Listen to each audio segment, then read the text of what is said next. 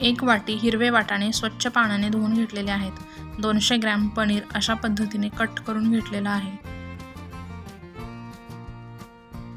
आले लसूण पेस्ट 1 चमचा, 2 टोमॅटो आणि 3 मीडियम साईजचे कांदे यांची पेस्ट करून घेतलेली आहे. 1 चमचा जिरे, चवीपुरतं मीठ, चिमूटभर हळद, 1.5 चमचा गरम मसाला, 1 छोटा चमचा धने पावडर, 1 छोटा चमचा लाल तिखट मसाला. चटपटीत मटार पनीर बनवण्यासाठी 4 चमचे कांदा लसूण मसाला घेतलेला आहे.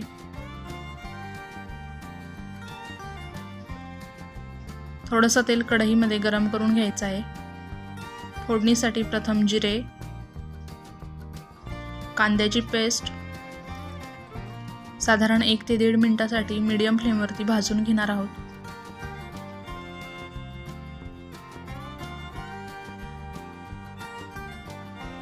आलं लसूण पेस्ट साधारण 10 ते 15 सेकंद भाजून घेणार आहोत. टोमॅटो पेस्ट साधारण हे सर्व 1 ते 1.5 मिनिटासाठी मीडियम फ्लेमवरती भाजून घेणार आहोत.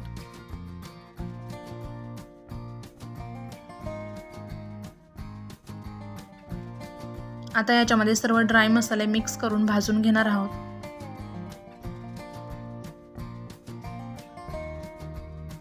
साधारण 10 ते 15 सेकंद हे सर्व मसाले याच्यामध्ये भाजून घ्यायचे आहेत.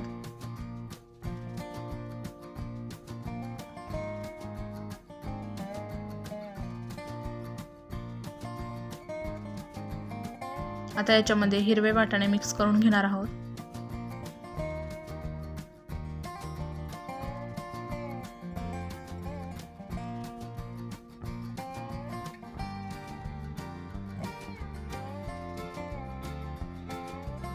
हिरवे वाटाणे शिजण्यासाठी साधारण 2 कप पाणी याच्यामध्ये मिक्स करणार आहोत.